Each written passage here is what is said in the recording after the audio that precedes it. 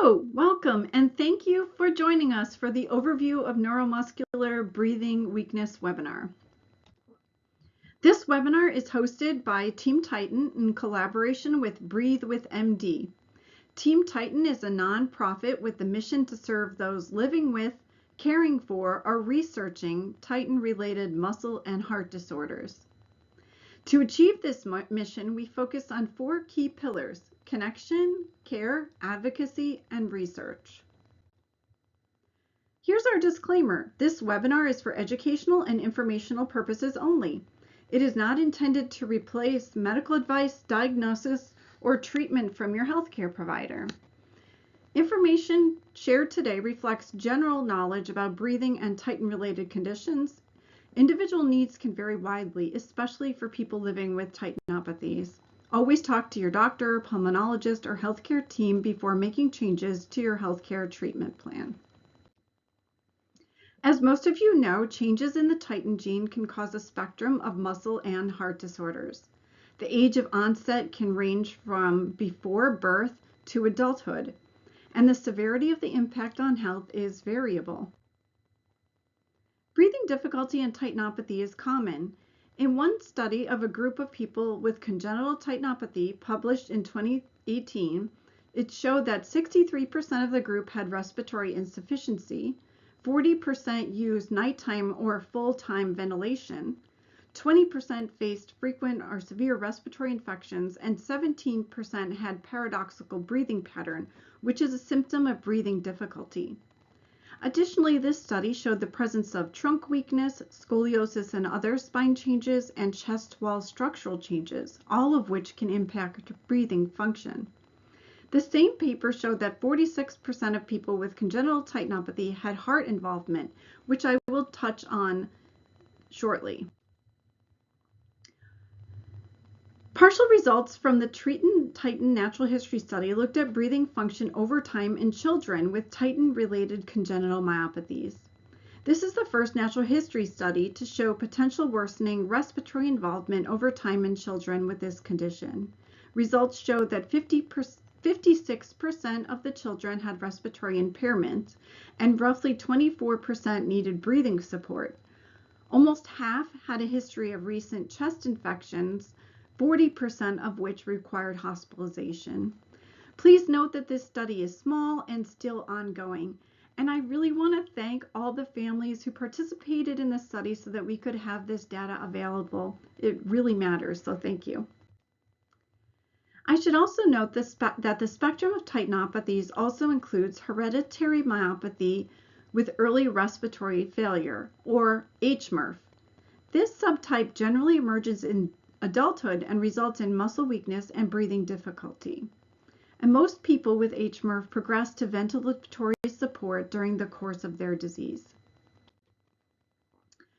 Please note that there's also overlap between heart health problems and breathing difficulty. Heart problems like cardiomyopathy, heart failure, atrial fibrillation, and other arrhythmias can happen with disease-causing variants in Titin.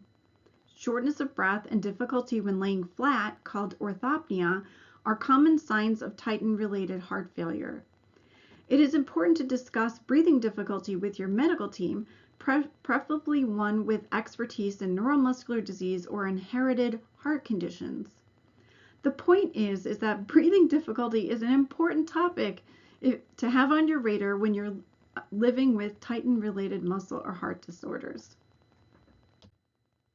Now, I'd like to introduce our speaker, Andrea Klein. She is the founder and president of Breathe with MD, Inc., and has a passion for educating others about breathing muscle weakness and the importance of medical self-advocacy. She lives with Intermediate Collagen 6 Congenital Muscular Dystrophy, also classified as Limb-Girdle Muscular Dystrophy R22, and she has used non-invasive ventilation since 2013. So welcome, Andrea. Having me join you today to share an overview of neuromuscular breathing weakness. And as this quote says, despite the introduction of new techniques to manage respiratory involvement in NMD, it is still considered the leading cause of death in this group of patients. And of course, this just drives home why it is so important that we are meeting today and learning about this topic. So often I hear folks that are new to this talking, and they'll say things like, my lungs are so weak, or oh, I have such bad lungs. And it's all about the muscles. Your respiratory or breathing muscles are located between the ribs, known as the intercostals, and in the abdomen, with the largest one at the base of the abdomen being the diaphragm. Respiratory involvement can also affect the muscles of the upper airway, the throat, and the mouth muscles known as bulbar. All of this impairs the ability to ventilate, to move air into and out of the lungs. There are some things that can influence the degree to which one has respiratory muscle weakness. They include skeletal abnormalities, particularly for those with congenital onset, for things like scoliosis and other skeletal abnormalities, and these can reduce the space for the lungs to grow and expand. We can also experience limited lung expansion secondary to chronic microatelectasis. That's where tiny air sacs or alveoli within the lung become deflated. So in other words, we have less space for air to go. And then muscle atrophy and contractures with degenerating joint cartilage of the rib cage. This can cause increased chest wall stiffness. And as you can imagine, if we already have difficulty moving air into and out of the lungs, the stiffer that chest wall is, the more difficult that can be. It's important to also understand the relevance of blood gases. So the ability of our lungs to expand and take in oxygen, or O2, and exhale or push out the waste product of that air, which is carbon dioxide or CO2, this can be difficult due to weak breathing muscles. It's important to understand that one can have a normal oxygen saturation level, but they can also have an elevated carbon dioxide level. And often that starts as a result of hypoventilation or underventilation. This always begins during sleep. And I like to say that, particularly for those of us with slowly progressive conditions, it has a way of sneaking up on us. These symptoms that I've shared on the slide, this isn't an all-encompassing list. This is just what we hear so often from those in our community, particularly in our private online support group. So these can be subtle, they can be gradual and onset, and these things won't necessarily happen daily in the beginning. And often they can be attributed to something else that's not at all related to breathing, or just not easily recognized as a problem with our breathing. For example, the anxiousness or shortness of breath when lying down, that symptom, this was something that my middle sister Cheryl experienced, and none of us thought of this as a problem with her breathing because we knew that she could not independently rise from a fully reclined position. So to us, it just made sense that she would have a little bit of anxiety while lying flat, because perhaps if she needed to get up very quickly and couldn't on her own and no one was around, that would just be a very concerning thing. Another symptom, fear of going to sleep, which we hear more so from children, and or restlessness while trying to sleep. Frequent awakenings after short periods of sleep, nightmares. Maybe initially you could sleep 6 or 7 hours and feel very rested, but over time it takes 10, 11, even more hours to feel well rested. That could be a symptom of hypoventilation. Awaking with a headache that goes away in minutes, particularly after one is seated upright, recurring respiratory infections, fatigue, irritability, difficulty concentrating, maybe in the classroom for a child or maybe as an adult in meetings at work. daytime sleepiness or periods of micro sleep, nodding off. And then do you find that you need to set multiple alarms to wake up for an appointment? So that difficulty waking up, that too could be telling you that you need to look into an evaluation of your breathing function. So there are a couple of key things to do to ensure positive outcomes with that evaluation. First of all, we want to see a clinician who specializes in neuromuscular breathing weakness.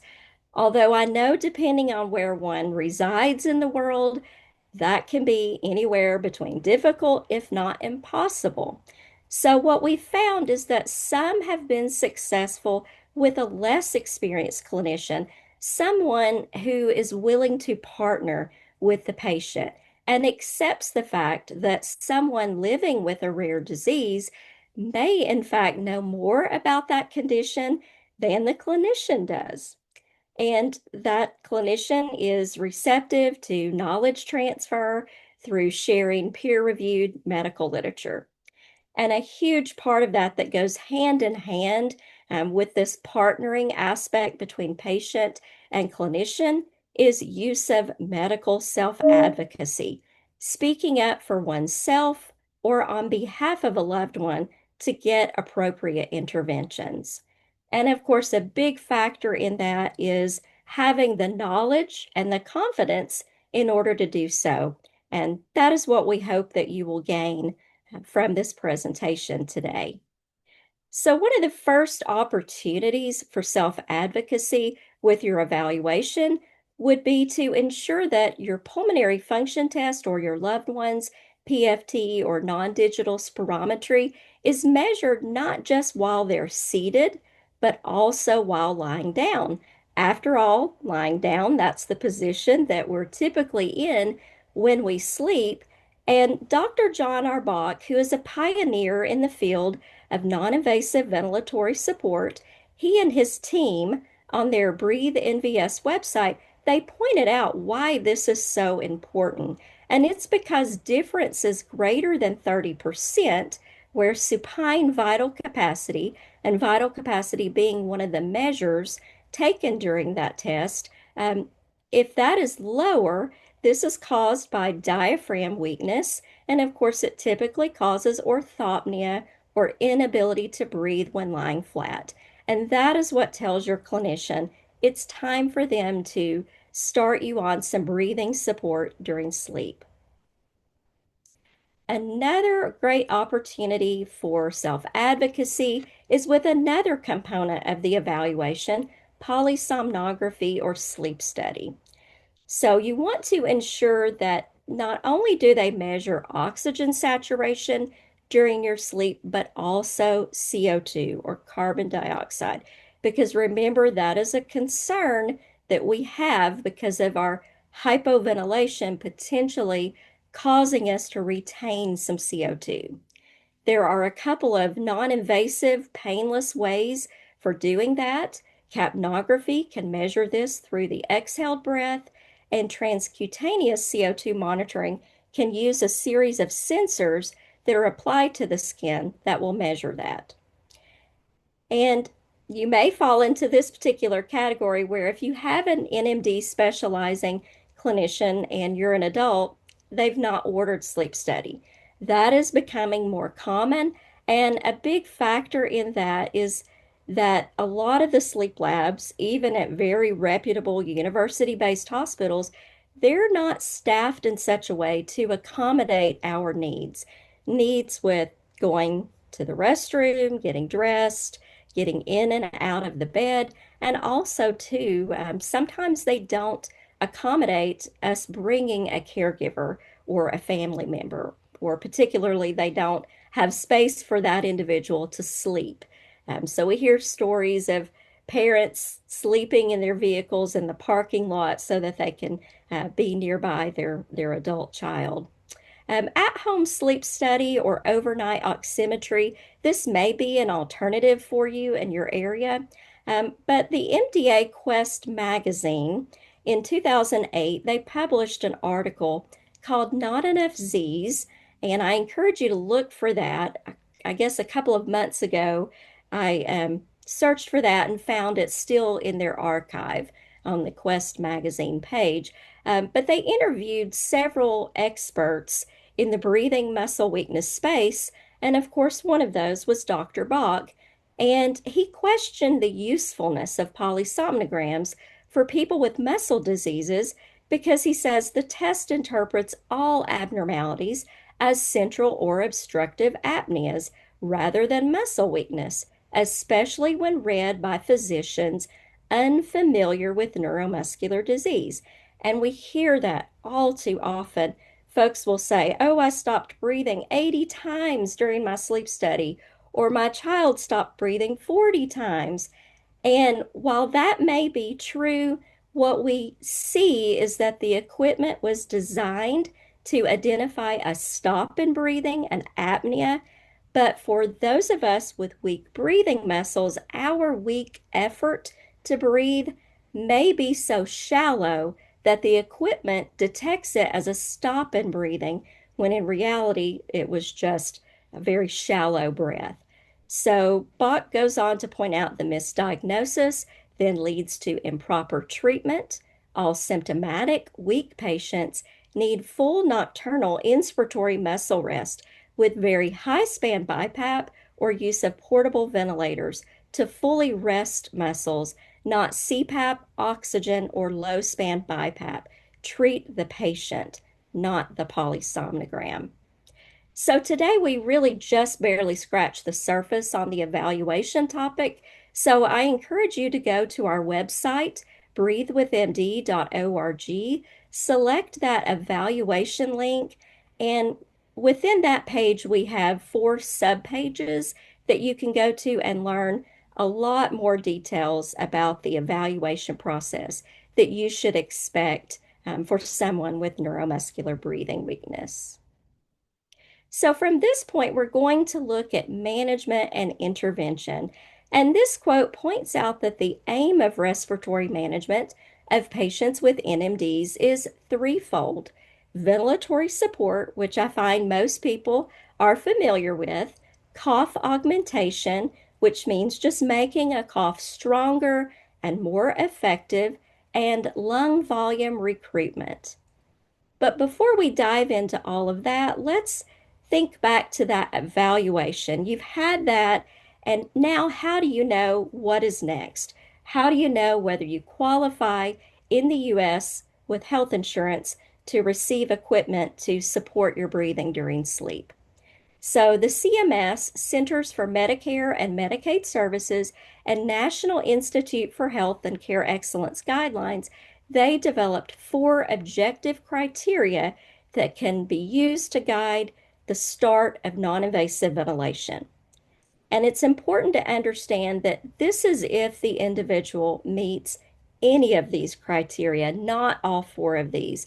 And also, if Medicare and Medicaid are not your insurance, if you have private insurance, most insurances in the United States do follow these guidelines. So thinking back to that PFT, the measure of forced vital capacity, if it's less than 50% of predicted, measured while seated or lying down, that would qualify the individual. Maximal inspiratory pressure, that's a measure of inspiratory muscle strength that you want them to measure. If that's less than 60 centimeters of water, or sniff nasal pressure is less than 40 centimeters of water, whether measured while seated or lying down, that would be a qualifying factor. And then an arterial blood gas, where they draw blood from an artery as opposed to a vein, if it's greater than 45, that would qualify one for nighttime breathing support. And then lastly, if oxygen saturation drops below 88% for 5 minutes, that would qualify one to start that as well. Part of why I share these in talks like this is that we find later when we chat with folks, maybe in our support group, they meet these qualifications and they have the symptoms, yet their clinician is not aware of this. So you can use this in your effort for medical self-advocacy to ensure that you get the equipment that you need. So non-invasive ventilation, abbreviated NIV, this requires an interface. We refer to that as either a mask or it could be a mouthpiece, which would just be for daytime use. But these masks are available in a huge variety of options, full face masks. We have masks that cover the mouth and the nose, oronasal or just the nose, nasal or nasal pillows, which fit just beneath the nostrils or just inside them. That gets connected to tubing to deliver air from a respiratory assist device, which I kind of think of that as like an entry-level device. We hear most call that a BiPAP, but some refer to it as BPAP or bi-level, or a portable home use ventilator.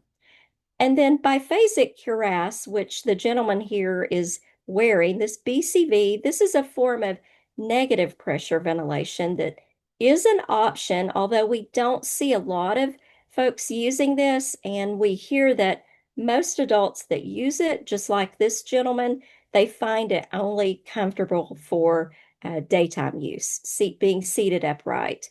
We have heard of some children that have been prescribed the BCV and they are able to get comfortable with that for use during sleep. So while we're talking about non-invasive ventilation, sometimes we see that CPAP is lumped into that category. And we want you to understand why CPAP is wrong for someone with weak breathing muscles. And that's because it acts like an air splint to keep airways open. But remember, that's not our primary issue. We may have some degree of a floppy airway, some degree of apnea, but our primary issue is moving air into and out of the lungs. And so typically with CPAP and that one continuous positive pressure, if it is turned up high enough to fill the lungs, then the individual's weak expiratory muscles find it difficult to exhale against that. And it does not directly assist in moving air into and out of the lungs. And it usually cannot correct abnormal blood gas exchange. And we see sometimes that it does make individuals worse if they have neuromuscular disease. So the difference with bi-level ventilation is that it provides two different positive airway pressures. IPAP, which is what we inhale, and then a much more reduced EPAP, what we exhale against. There are also ways, if one uses a portable ventilator, to turn that EPAP value to 0 so that there's no resistance for exhalation. But we won't go into all the details about that here today, but we want you to understand too that the difference between those two values, that IPAP and EPAP, is known as the span. And that is the breathing support that is being provided by the device. For example, an IPAP of 20 and an EPAP of 4 is going to provide breathing support of 16 centimeters of water. And again, with bi-level ventilation, referred to as BiPAP, BPAP, or a portable ventilator, that is what assists in moving air into and out of the lungs, that process known as ventilation. Invasive ventilation is also an option. This is where air is delivered via tubing from a ventilator through a tracheostomy, a surgically inserted hole in the windpipe or trachea. And we see this as more often a solution that is sought for those who are using non-invasive ventilation, generally upwards of 18, 20 hours. Maybe they're using it 24/7, and they are not able to get a break away from the mask. For example, those that have weak mouth muscles, that bulbar muscle weakness, sometimes they can't seal their lips on a mouthpiece. And so that inability to get a break away from that mask during the day causes some to look further into this option of invasive ventilation. There are several things, though, to consider in order to make an informed decision and have adequate planning for that. One of those that's going to vary probably pretty widely, depending on the age of the individual and the overall health status, is potentially lengthy hospitalization. And the individual can also go from that hospital stay to be discharged on to skilled nursing or a rehabilitation center. And for children, sometimes we hear that that's just a matter of a few weeks. But I have had friends who are adults with neuromuscular disease be hospitalized for around 6 months. And a lot of that is kind of wrapped up in the issue of having new and or increased care needs. Maybe you didn't have a personal care attendant before, and now you need one and have to get that lined up before you can discharge home. Another option or another scenario here that can cause one to stay away from home longer is trach care competency. This is where you and or a caregiver have to learn those basic daily tasks, weekly, monthly, the things to look out for that signal an emergency. And if you don't have a caregiver lined up for going home, that can be a little bit challenging and delay that discharge, because we've got to get someone in that can be trained before you can go home. There's a potential increase in secretions, that's mucus, that would require suctioning. And unfortunately, a lot of folks they don't know whether this is going to be something that's just for the first few months or maybe the first year. And they want to know, is this going to be an all-time thing for me? And we really see a lot of variability in that, where some never had an increase in secretions with their non-invasive ventilation, and now suddenly they do, and they need to have someone with them at all times if they're not an adult that can do this suctioning independently. There's also a potential increased risk for infection, loss of speech, although we see that's less likely today due to speaking valves and speech language pathology consults. And also, too, there's a little bit of an unknown as to whether swallowing and eating could be difficult after the tracheostomy. But again, this is one of those things that we really, a clinician has no way of knowing in advance. And it's just one of those things that has to be planned for in advance. And whether you're using mechanical ventilation invasively or non-invasively, obviously there are some great benefits for that. Maintain or improve the oxygen carbon dioxide levels in the blood, that blood gas exchange, rest the breathing muscles, we can decrease the work of breathing, inflate the lungs more fully, improve sleep quality and breathing during sleep, prevent and avoid hospitalization for respiratory complications, and best of all, we can improve quality of life and survival. But I will add that a big factor in that is having settings enabled in such a way that they are optimized for that individual. And I say that because we're seeing more challenges in that area, particularly when one sees one with less expertise in this. So cough and neuromuscular disease is something that unfortunately we see is often neglected until someone has a dire need to have an effective cough. It is what helps clear inhaled foreign materials, aspirated foods and or liquids, and retained or excessive mucus from the airways. Those muscles that are used to cough, they weaken and get contracted, and this can lead to cough insufficiency. And it's important to understand that those muscles will be weaker during respiratory infection. I like to say under the load of mucus, the heavy load. I know that might be a little bit too much information, but that can make breathing and coughing more difficult. So we encourage you to proactively work with your care team to develop a secretion clearance plan. And the two key components of that are removal or clearing of mucus from the airways, and the goal is to get that mucus up and out of the airways as soon as possible. That's because that warm, moist environment really makes it a lot easier for bacteria to rapidly multiply.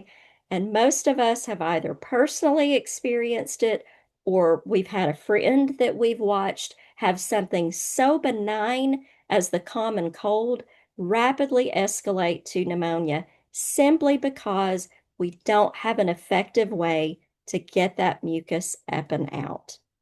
So one of the ways of doing this is manually assisted cough.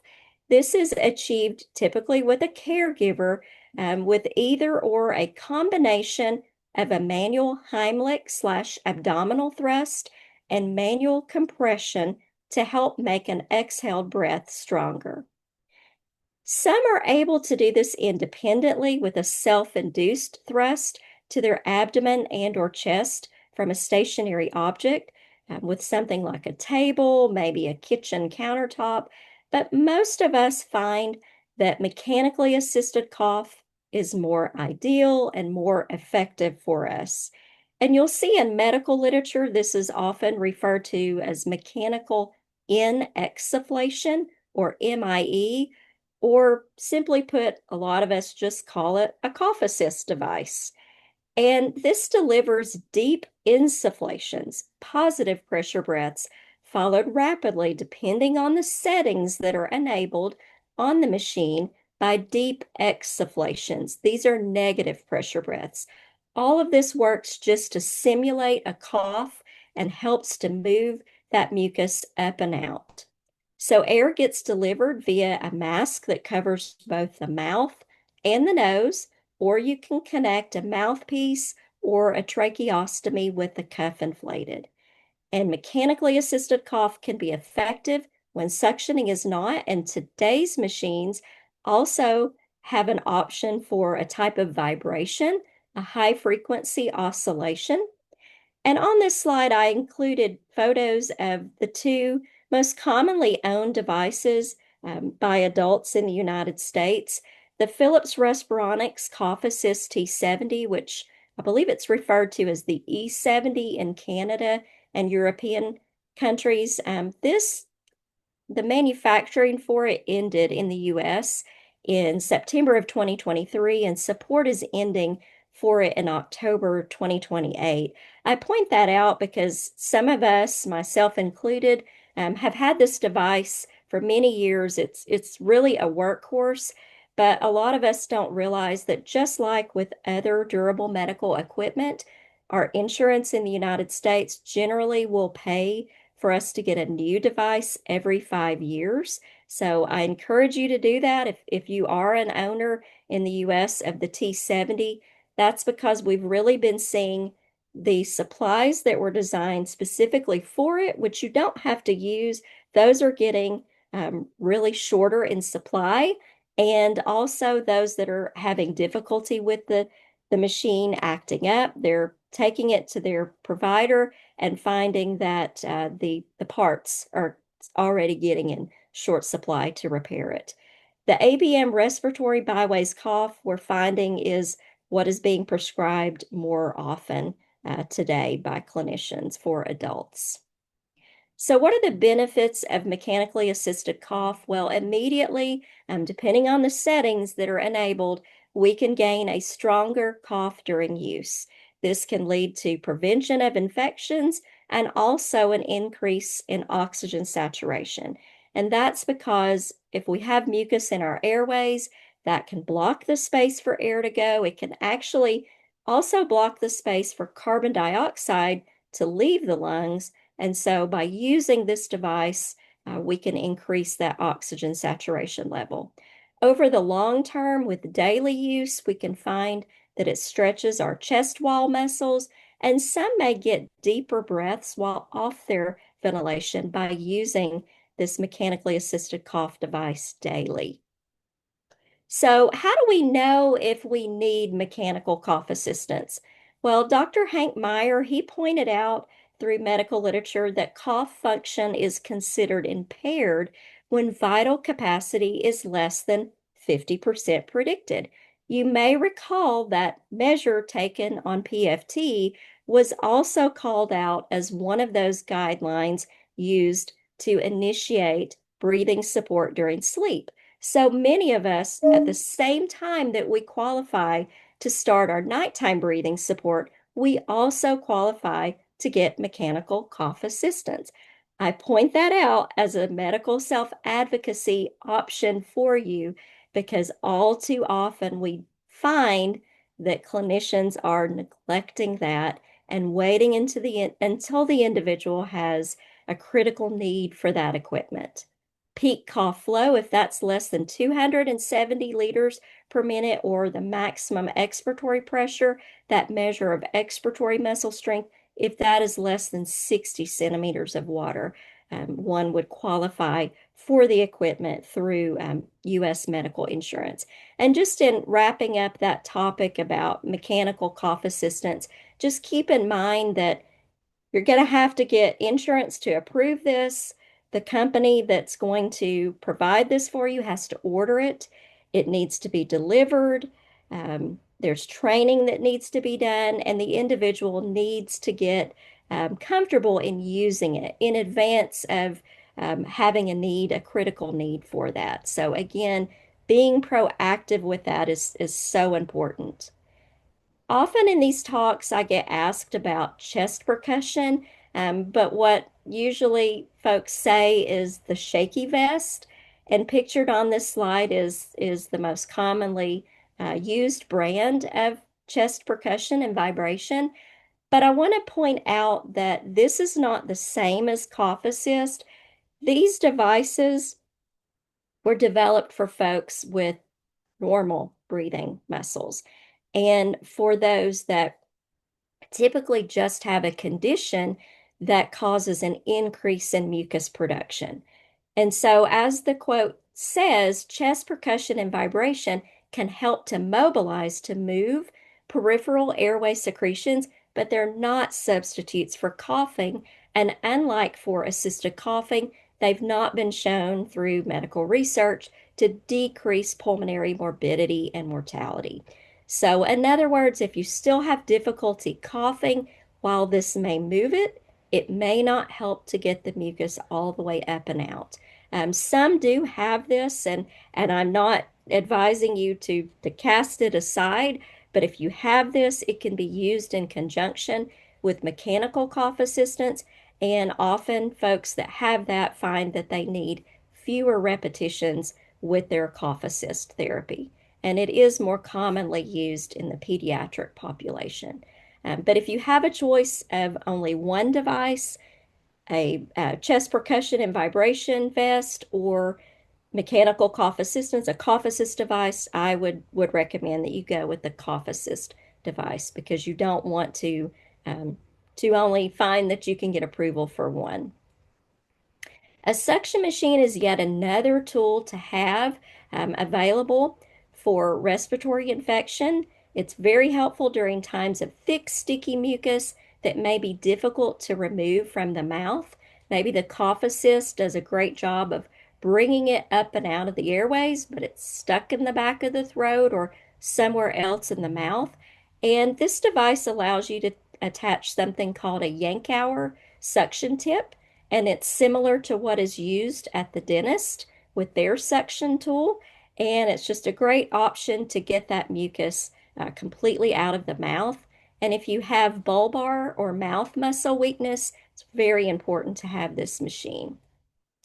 So again, you can learn more about cough on our breathewithmd.org website, and just go to select the cough link. You can learn a lot more. We have articles there that you can download, view, print off, and share in your self-advocacy effort for yourself or a loved one to get this important equipment.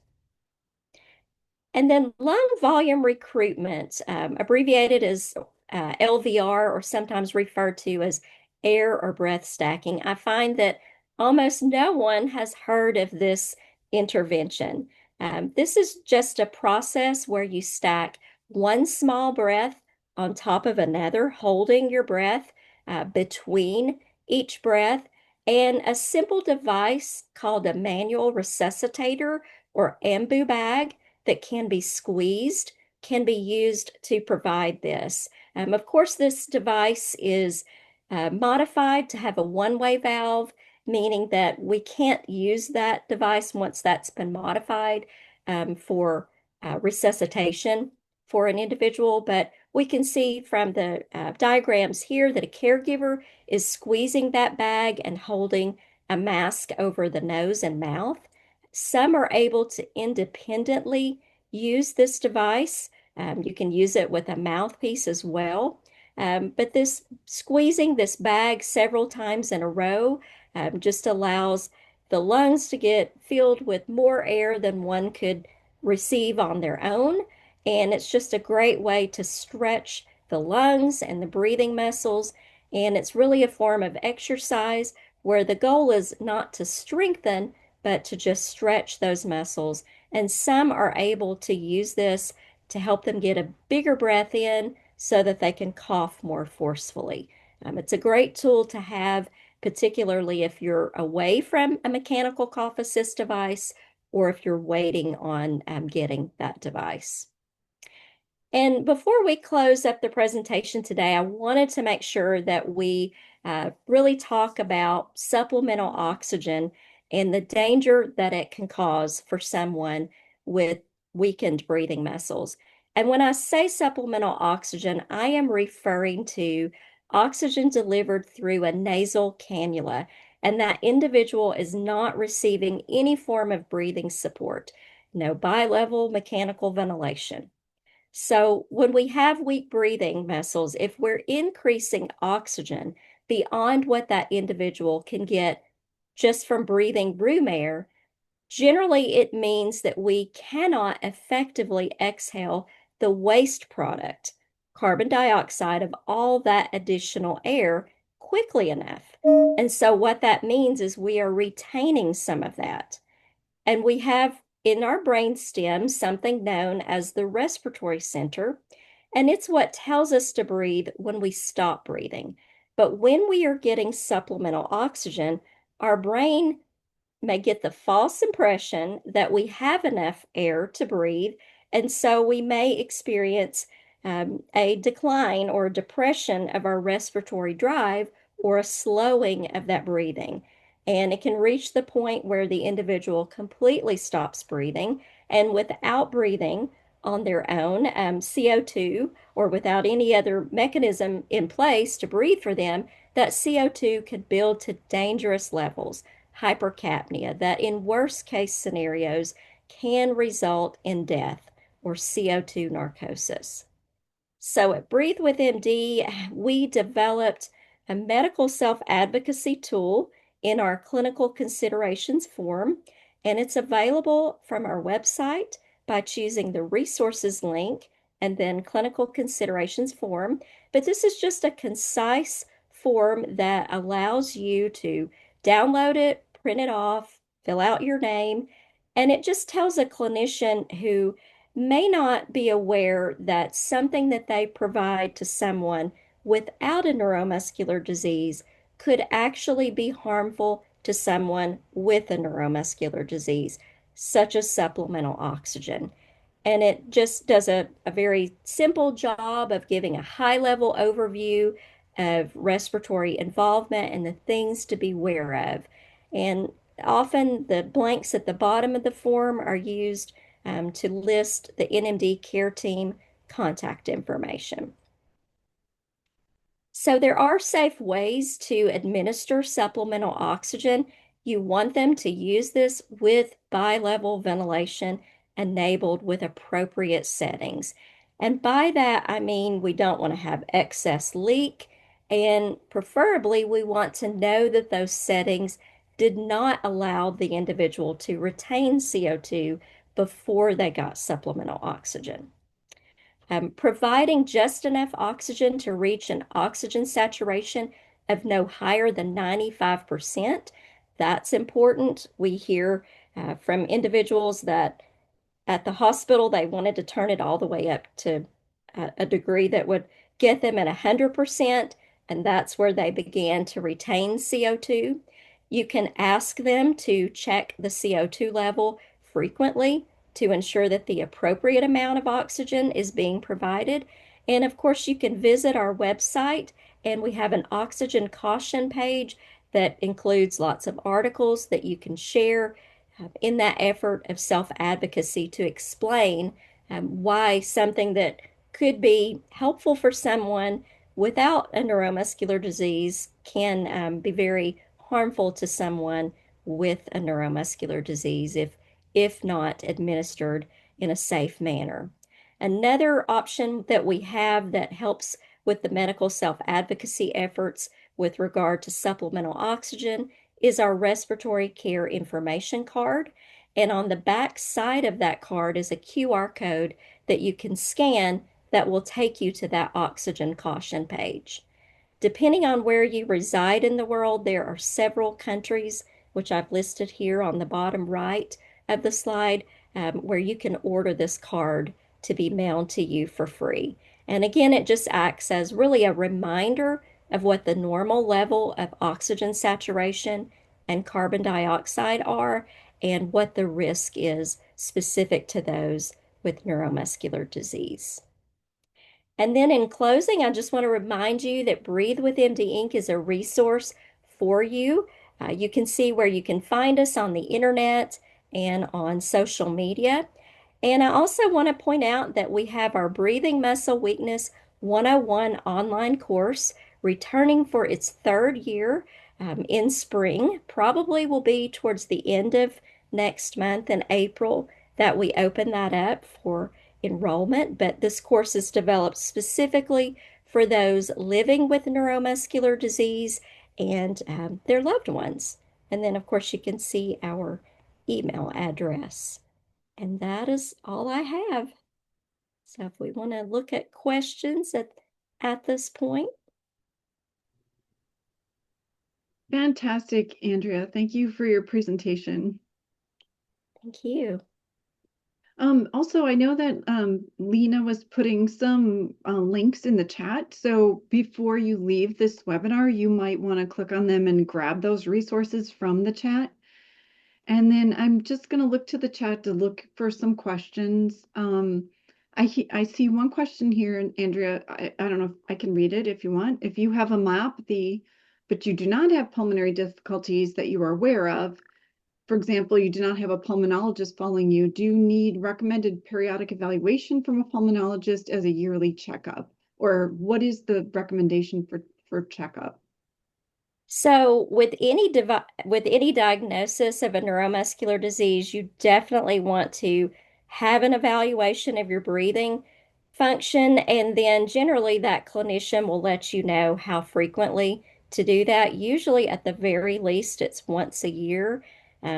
Depending on what they find, some folks, and also too, depending on diagnosis, are followed as frequently as quarterly. But usually it's just once a year, maybe twice a year. Oh, we got a great positive comment. Someone said the best exclamation I've ever heard in relation to breathing muscle weakness.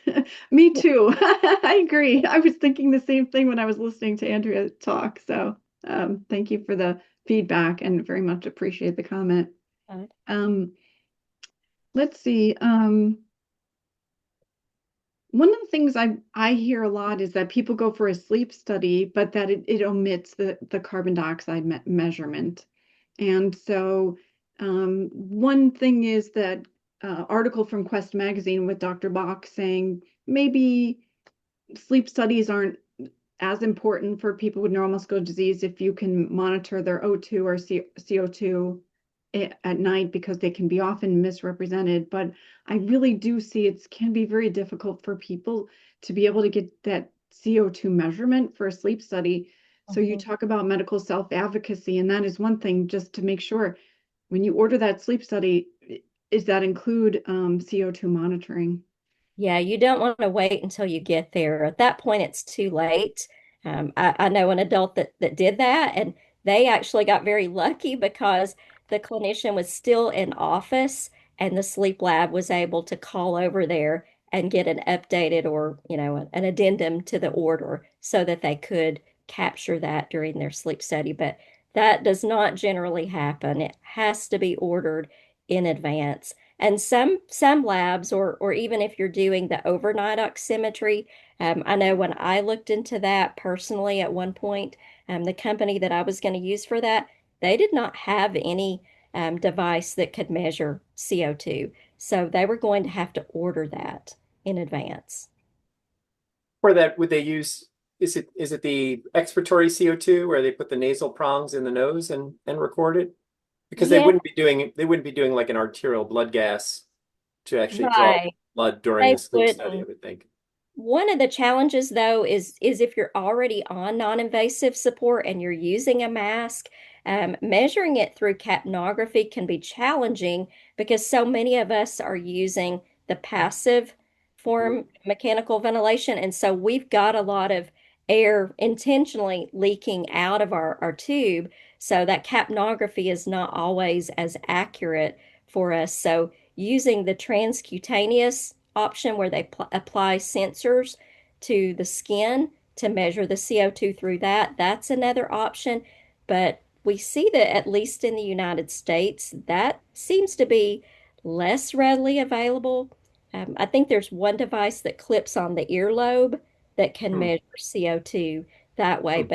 But that's what we see being done more often for those that already are using some mechanical ventilation. Maybe they're returning just for a follow-up to see, to get a measurement of how effective that ventilation is in terms of balancing their blood gases. Someone said that CO2 monitoring is not always covered by the insurance, and then also in Canada said they have to rent the equipment for overnight CO2, but the reading for the report is cover, and said the importance of maintaining a sense of humor. And I love that advice as for medical self-advocacy. You could use humor, otherwise you just could get so frustrated. Yes, there are just so many aspects throughout, even myself. I mean, it's just constant having to speak up. Even if you have someone who's an expert, sometimes you just have to speak up and say, I'm not understanding, why you're doing this or you're not doing that. I'm concerned about that. It's really something that I think to some extent there's a little bit of a skill to that, doing it diplomatically with the Mhm. clinician, and some clinicians are more receptive to that than others. Some just cannot stand a patient, talking to them or questioning them. So it's hard, but I will say with medical self-advocacy, it's something that gets easier with practice, and it can be empowering when you're successful with it. I So then think you want to do more of it.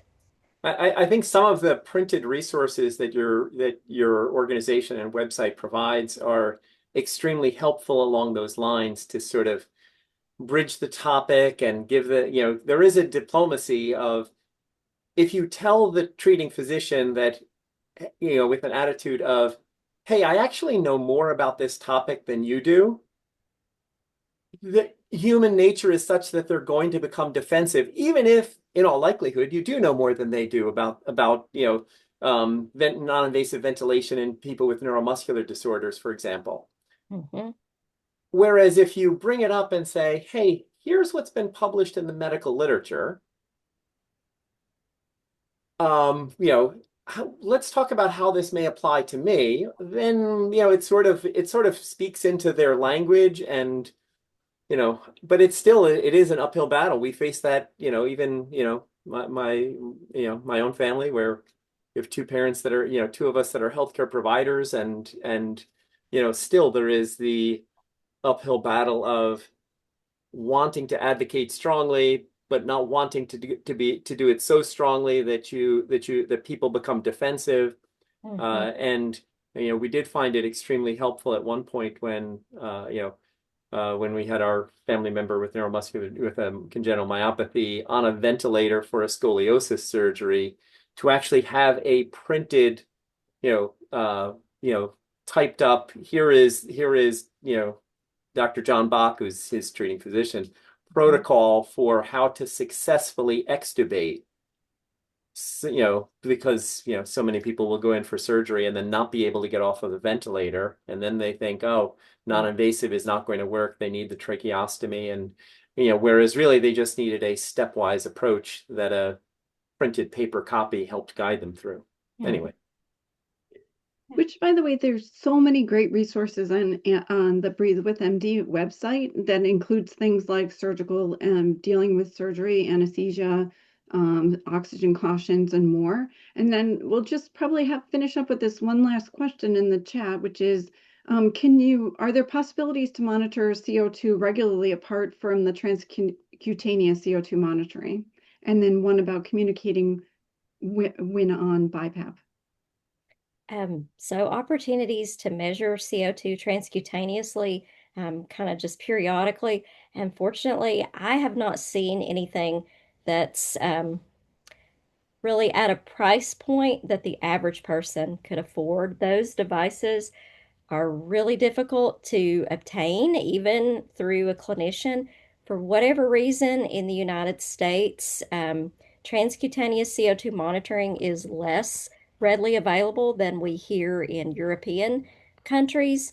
But if we could find a clinician who is willing to purchase a device like that and have it available for patients to come and periodically check out, to rent. But the challenge is there's no form of revenue, I don't believe, that can be, used. There's no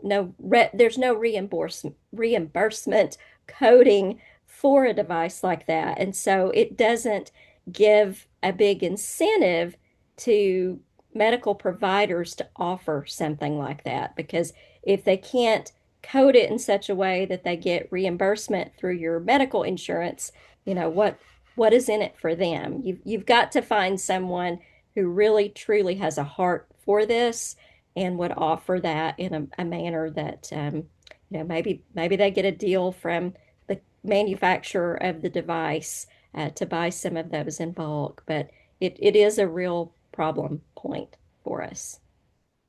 I was going to say that you can measure CO2 by nasal cannula with a capnograph.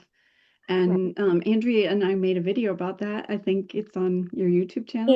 Yes, there is. The challenge though with that, if you're not using active circuit where we have that closed exhalation valve, the air leak that most of us have with passive ventilation, which the majority of us are on because that's what the durable medical equipment providers, the respiratory therapists that work for them are familiar with, then we get a less accurate read with capnography. You can sometimes find on eBay one of those, I think it's called the Emma capnograph, where you just exhale into that and it will take a reading. But of course, the challenge with that is usually for us, at least initially, our CO2 levels are only going to be elevated during our sleep. So if we blow into a capnograph like that during the day off of our ventilation, we don't have a true picture of what our sleep breathing is and whether we're retaining CO2. And I'm sorry, I forgot what that second part of that question was. About tips for communicating when you're on your BiPAP.